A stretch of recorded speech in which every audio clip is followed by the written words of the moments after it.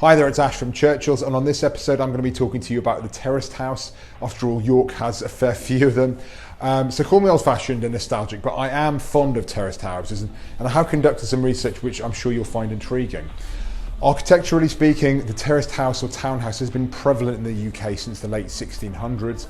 It involves a row of symmetrical houses which are shared side walls.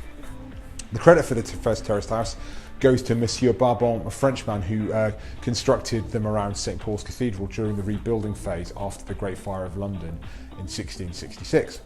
Interestingly, the French invented the terraced house concept around 1610 to 1615 in the Le Marais district of Paris, featuring planned squares of properties with identical facades. However, it was during the 1730s that terraced houses truly flourished in London and, of course, in Bath with the magnificent Royal Crescent. But let's focus on York. So, many of our terraced houses in York were built during the Victorian era. Terraced houses emerged as a response to the Industrial Revolution as people flocked to the towns and cities for employment. Terraced houses provided decent habitable accommodation, offering an escape from the slums.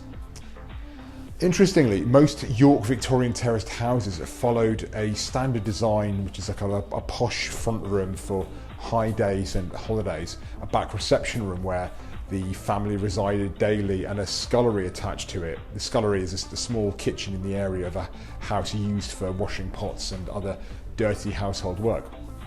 Off the scullery there was a door leading to the rear yard where you would traditionally find the privy or outside toilet. There were two good-sized bedrooms upstairs with a small third bedroom or nursery accessed directly through the second.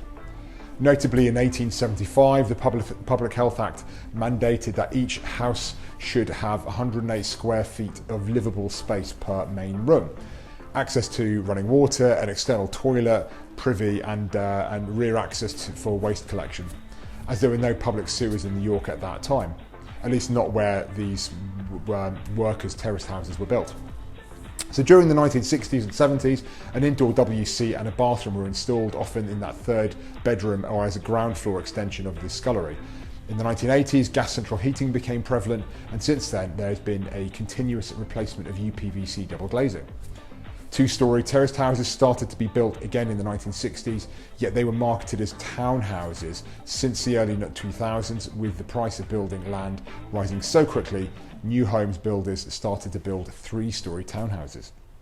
The humble terraced townhouse never seems to sort of go out of fashion. I mean, looking at the makeup of the York area properties, some fascinating numbers can appear. So of the 85,462 households in York, 19,192 of those are attached properties, 30,614 are semi-detached, 20,365 are terraced or townhouse properties, and 15,002 are apartments or flats. The rest being made up of caravans and mobile homes. Next, looking at the percentage compared to the national averages is interesting. 22.5% are detached properties, and the national average being 26.1%. 35.8% of York are semi-detached properties, with national average being 31.4%. 23.8% are terraced houses or townhouses, national average being 22.5%. And lastly, 17.9% are apartments, with the national average being 20.1%. So, how has the York terraced house risen in price? Well, the average price for a York terraced house in spring 1995 was £54,692. Today, that figure stands at £291,326, a rise of 433%. Not bad when you consider the overall average in York during the same time frame has risen by 428%. Terraced houses in the York often go unnoticed by buyers despite offering flexible and sizable accommodation. It's time to shed light on the untold story of these charming homes.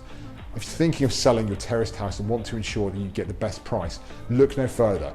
As an experienced estate agent specialising in York properties, we're here to offer expert advice tailored towards your needs. Remember to consider the potential of the terraced house. These properties have a rich architectural history and have provided significantly more habitable accommodation for generations.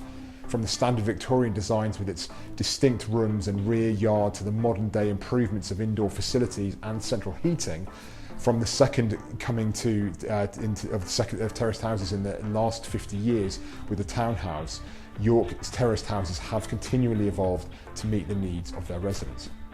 As local estate agents, we deeply understand the York property market. With our expertise and personalised guidance, we can navigate the selling process together, ensuring you achieve the best possible outcome. Thank you very much for watching. Take care, guys, and join me next time. All the best.